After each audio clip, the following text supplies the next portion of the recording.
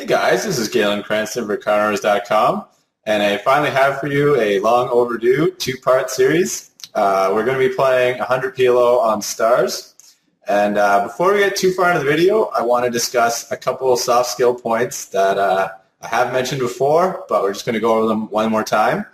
It's really important to take notes not only on hands that you play against opponents, but against hands that opponents play against each other. In the hand in question, my opponent is going to call it off on the river with the nut flush on a paired board, into a bet, a pot, a call, and then he calls behind. These types of notes are very significant because it quickly identifies somebody as a player that you should be looking to play lots of pots against and maximize your win rate when they are playing.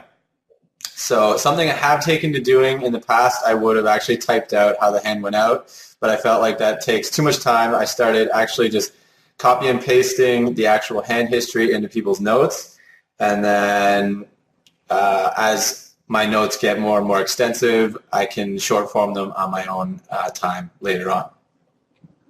Okay, so on to our first hand. I've opened King, Queen, Jack 10 under the gun.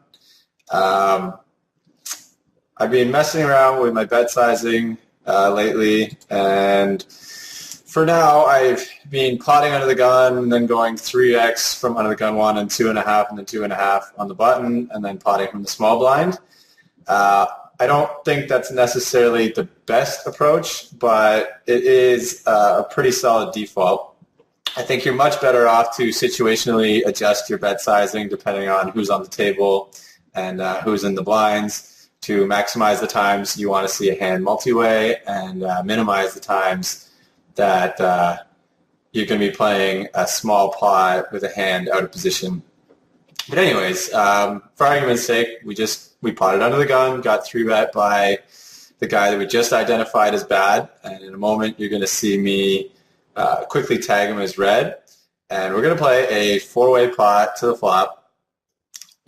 With a pretty solid high card hand, it would be obviously nice to have some suits, but I feel like the hand plays pretty well in a single raised or 3-bet pot, as I'm either going to really hit the flop or I'm not, and I'm not really going to invest too much money post-flop in marginal spots.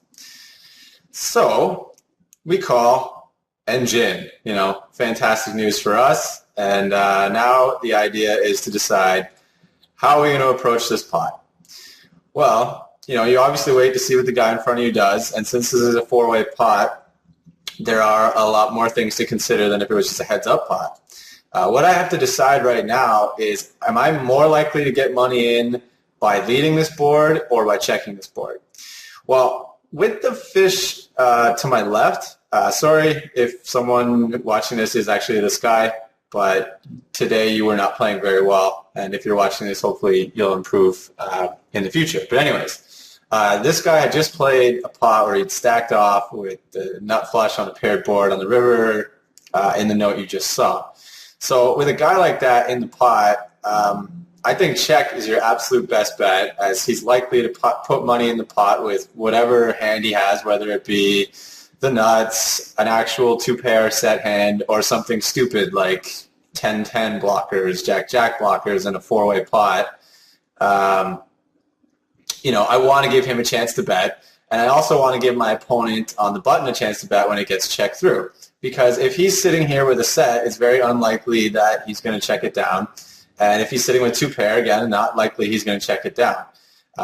Me having 2-pair here is obviously fantastic, and it does reduce the times that they're going to actually show up with hands like that, but it does make things possible.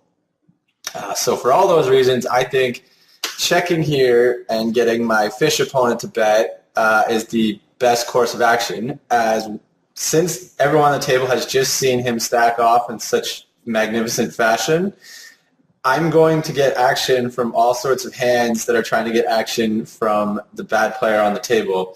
So anytime someone has a set or a king-queen or a king-9 or 9-10, queen, ace, stuff like that, they're never going to fold, and the money is going to fly in all by itself. So I don't really have to do anything.